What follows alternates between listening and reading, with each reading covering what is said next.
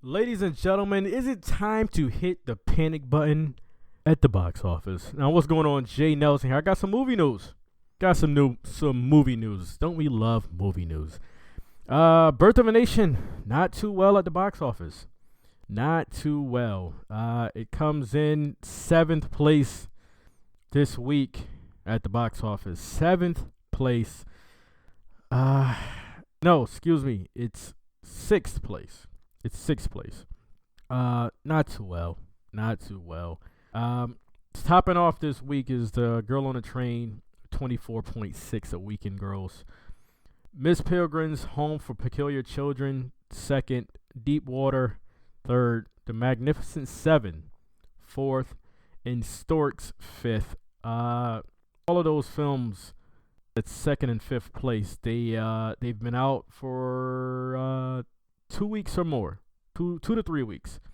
Birth of a Nation, 6th place with 7.1 million. The Girl on the Train opened up in 3,100 theaters.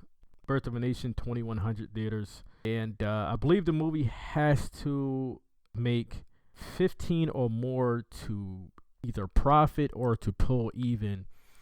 But it's 7.1 so far, which expecting to break with at least half or more next week. So who knows, maybe next week for the box office totals, it will rake in 2 million.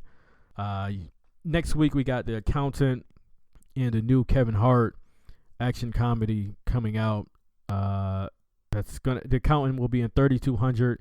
Kevin Hart will be in 2,500. So both they are coming out in more theaters than Birth of a Nation, but it doesn't look too well. No spoilers here about the movie.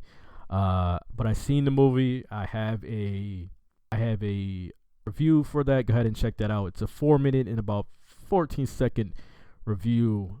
No spoilers.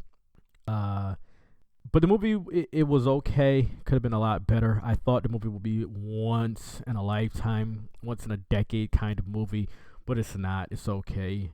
And I think that, I don't want to sit here and say the allegations surrounding Nate Parker could be the issue for such a weak kind of opening. But The Girl on a Train is a thriller with some big names, a couple of big names in the movie. Emily Blunt, Sicario, and she's great. I love Emily Blunt. She's just gonna get better with time. She's great now, so watch out. So that kind of slowed it down, and then you have Deep Water. You have Magnificent Seven still at the theater. Miss Pilgrim's Home for Peculiar Children is at the theater. Storks has been at the theater for 3 weeks. So this was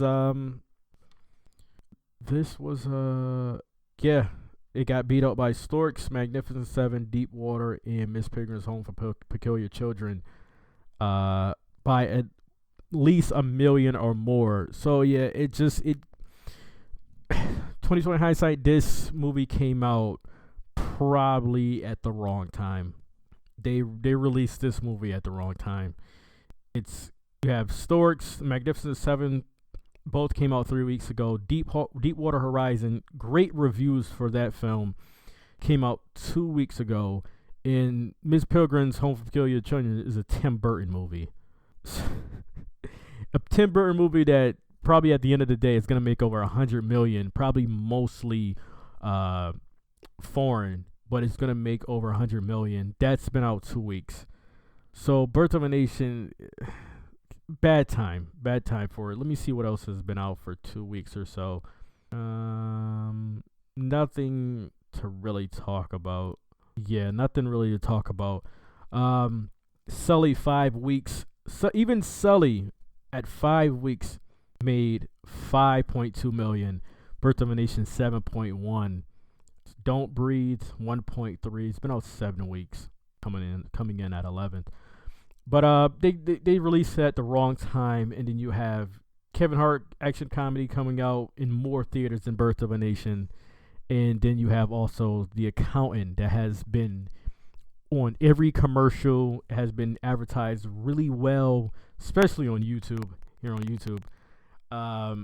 So those totals will get diminished next week. So if Birth of a Nation does 2.1 next week, I will be surprised. But I'm pulling for Nate Parker to break the money even or profit, hopefully a profit. But it doesn't look too well, guys. Until the next video, I'll catch you then.